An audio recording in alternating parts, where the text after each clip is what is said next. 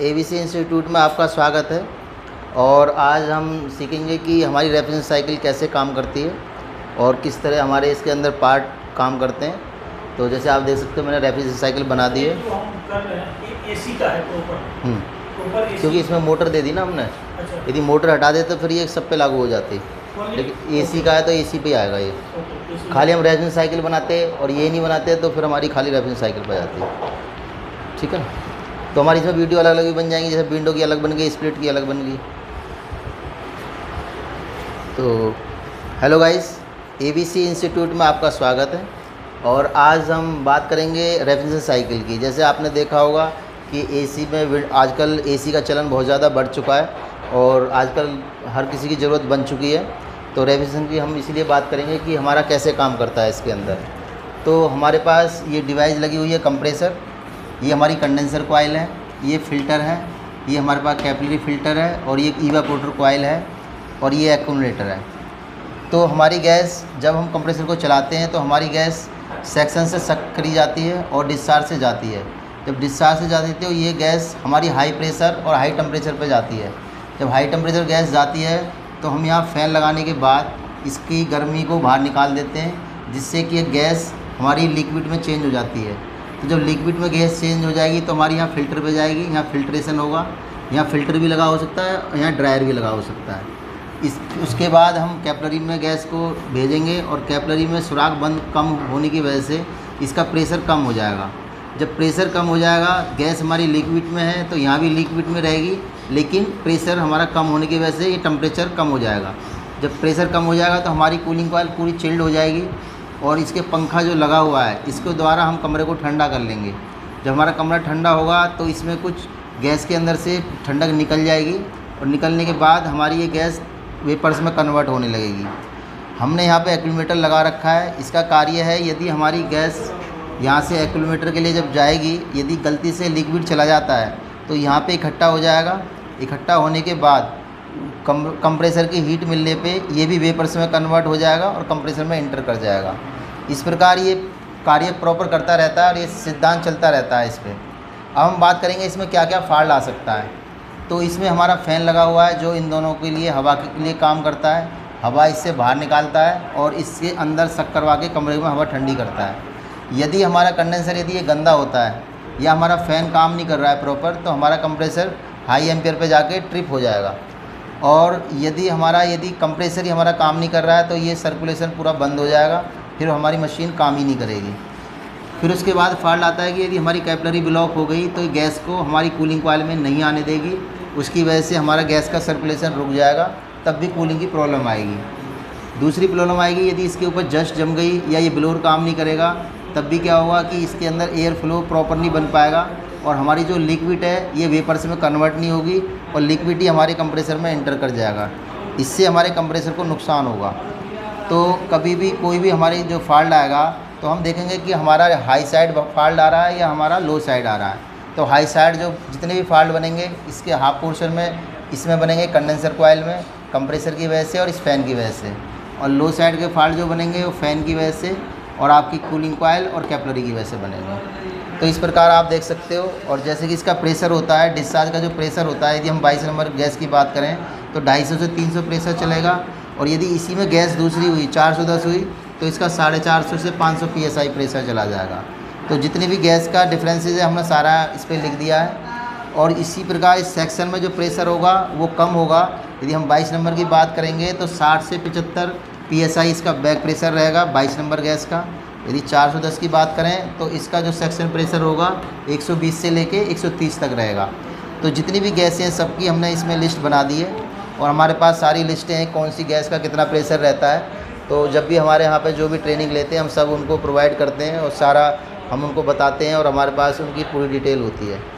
तो किसी भी प्रकार की यदि कोई भी दिक्कत आती है किसी भी तरह की, यदि कंप्रेसर काम नहीं करता है तब भी कूलिंग नहीं करेगा, या कोई भी डिवाइस इसमें काम नहीं करेगी तब भी कूलिंग पर इफेक्ट करेगा।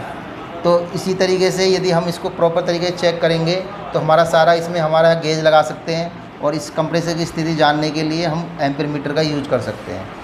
एम्पीयर मीटर से हमारे कंप्रेसर की स्थिति मालूम पड़ जाएगी और गेज मीटर यहाँ लगाने से हमारी गैस की स्थिति मालूम पड़ जाएगी।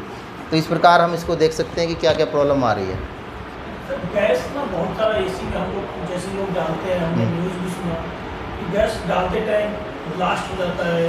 तो क्या क्या उसमें कैंसर मतलब सिक्योर रखना पड़ता है कि नहीं? देखो गैस जो जब भी कोई चीज़ फटती है तो उसमें गलत तरीके से काम करने से फटती है।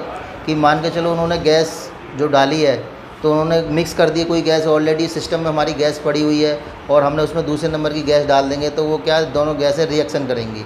तो रिएक्शन जब करेंगी तो उससे क्या ब्लास्ट होने का खतरा हो जाता है। या कोई नाइट्रोजन का यूज कर रहा है गैस डालने से पहले लीकेज चेक करने के लिए और वो सिस्टम से निकाली नहीं गई है और ऑलरेडी वो सिस्टम में है और वो मशीन को हम रनिंग कराएंगे तो क्या होगा, उसमें बहुत ज़्यादा प्रेशर रिलीज़ हो जाएगा और कंप्रेसर सहन नहीं कर पाएगा और वो ब्लास्ट हो जाएगा। तो ऐसे कई सारे कारणों की वजह से ऐसा होता है, लेकिन ज़्यादातर ये टेक्नीशियन की गलती से होते हैं कि जो लोग ट्रेनिंग नहीं लेते हैं या उन्हें प्रॉपर काम नहीं आता है और वो काम करने चले जाते हैं, उससे ही हादसे होते हैं। तो हम जो हमारे यहाँ ट्रेनिंग होती है तो हम प्रॉपर उनको बताते हैं कि कौन कौन से हादसे से कैसे बचाया जाता है और कहाँ कहाँ आपको उसको ध्यान रखना है। तो वो यदि तरीके से काम सीखा है, अच्छे इंस्टीट्यूट से काम सीखा है तो इसको मुश्किलें नहीं आती। लेकिन वो यदि सही तरीके से नहीं काम सीखा है या किसी ने उस्ताद ने सही तरीके से उसको नहीं बताया तो फिर उसको परेशानी आएगी।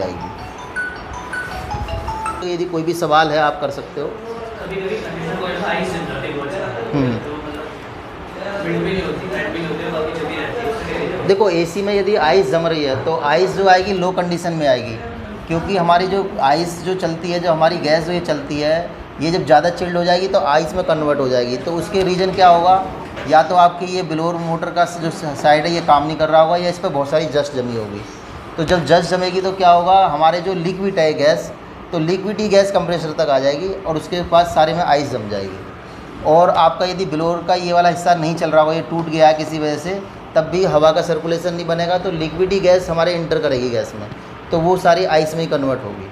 तो ये ज़्यादातर प्रॉब्लम आती है कि कंप्रेसर के अंदर यदि लिक्विड जैसा बन रहा है, क्योंकि उसके अंदर से क्या है, उसकी हीट नहीं निकल पा रही है, क्योंकि हमारी जो नॉर्मल हवा होती है वो हीट होती है कूलिंग कॉइल के हिसाब से। जब वो हीट पड़ती है उस पर तो इसकी जो है वेपर्स में कन्वर्ट होने लगती है। ऐसे ही सेम इसमें होता है, यदि इसका भी फ़ैन काम नहीं कर रहा है या इस पर भी जस्ट जम गई है तो आपके एसी में कूलिंग में दिक्कत आएगी। उसमें क्या होगा, आपका कंप्रेसर एम्पियर बढ़ाएगा, क्योंकि वहाँ जस्ट ना बढ़ने की वजह से ये भी यहाँ पे क्या होगा, ये लिक्विड में चेंज नहीं हो पाएगा। तो सेम प्रोसीजर है, दो फैन लगे हुए हैं, तो ये पीछे की मदद करता है, ये आगे की तरफ करता है और एक ही मोटर के माध्यम से दोनों फैनों को घुमाया जाता है। तो इधर फैन होगा, इधर ब्लोअर होगा। और पूछिए कुछ सवाल। गैस सारे इतने सारे डिफरेंट है, किसी गैस में एसी में आर वाइज डालते हैं, किसी में कुछ डालते हैं, ऐसा क्यों? आजकल इन्वर्टर एसी भी आ गया कुछ। देखो ये गैस जो है ये अपडेट करी हुई वर्जन है। क्या होता है, पहले जो गैसें होती थी 22 नंबर ही ज़्यादातर डाली जाती थी। अब गैस पे 22 नंबर पे 2030 तक बैन लगेगा, तो इसीलिए अब कुछ गैसें और आ गई हैं मार्केट के अंदर। उससे बाद में R410 आई थी, इसको भी बंद करेगी मार्केट में। लेकिन हमारे पास जो 32 नंबर ये गैस बहुत अच्छी है और ये ओजोन की लेयर को नुकसान नहीं पहुंचाती। 22 नंबर बहुत ज़्यादा पहुंचाती है, ये थोड़ी कम पहुंचाती है, ये बिल्कुल नहीं पहुंचाती। इसलिए जो आने वाले जो प्रोडक्ट आ रहे हैं, इन्वर्टर की बात करें हम तो उसमें 32 नंबर ही ज़्यादातर आ रही है। तो 22 नंबर धीरे धीरे अभी है मार्केट में, अभी 2-4 साल रहेगी मार्केट में, लेकिन एक संग बंद कोई भी नहीं होगी, इसको टाइम मिला हुआ 2030 तक। तो उसके बाद फिर हमारी 32 नंबर ही गैस ज़्यादातर चलेगी इसी के अंदर, क्योंकि क्या है, ये ओजोन को लेयर को नुकसान कम पहुंचाती है। जब भी लीक होती है तो कुछ टाइम के बाद ये ओजोन की लेयर पे पहुंच जाती है, तो वहाँ क्या है, नुकसान देती है उसको। इसलिए अब उन गैसों को थोड़ा थोड़ा बैन करते जा रहे हैं। तो हमारे पास जो गैसें आगे चल के चलेंगी 32 ही है, हो सकता है और भी कुछ अल्टरनेट आए, लेकिन बेस्ट गैसों में माना जाएगा यदि एसी के अंदर तो 32 नंबर सबसे बेस्ट गैस है।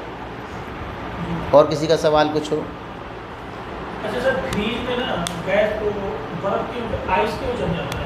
देखो आइस इसलिए जमती है, मान के चलो कि कोई भी टेम्परेचर को जब हम माइनस में लेके चले जाते हैं तो वो आइस में कन्वर्ट हो जाता है, क्योंकि 0 डिग्री से हमारी आइस पानी जो है आइस में कन्वर्ट होना चालू हो जाता है। जितनी हम 0 नीचे जाते जाएंगे उतना ही हमारे जो आइस है वो ठोस बनती चली जाएगी। तो फ्रीज के अंदर जो हम टेम्परेचर लेते हैं -20 के करीब होता है, तो इसीलिए हार्ड बर्फ़ जम जाती है वहाँ पे, तो उसमें बर्फ़ जमाई जाती है। लेकिन हम इसमें बर्फ़ नहीं जमाते, क्योंकि हमें ज़्यादा टेम्परेचर नहीं चाहिए, बॉडी के हिसाब से चाहिए। तो एसी में हम जब काम कराते हैं तो उसमें हम ज़्यादा टेम्परेचर नहीं रखते जो हमें ज़्यादा ठंड का नुकसान दे। तो फ्रिज में यही होता है, क्योंकि हमें पानी जमाना है, हमें पानी से बर्फ़ जमानी है, उससे हमें इस्तेमाल में लेना है, तो इसलिए हम बर्फ़ फ्रिज में जमाते हैं, क्योंकि माइनस में जाता है वो टेम्परेचर। और किसी का सवाल हो? नहीं सर, थैंक यू सर। तो आज आपने सीखा कि रेफ्रिजरेशन साइकिल कैसे बनती है, कैसे काम करती है इसके अंदर।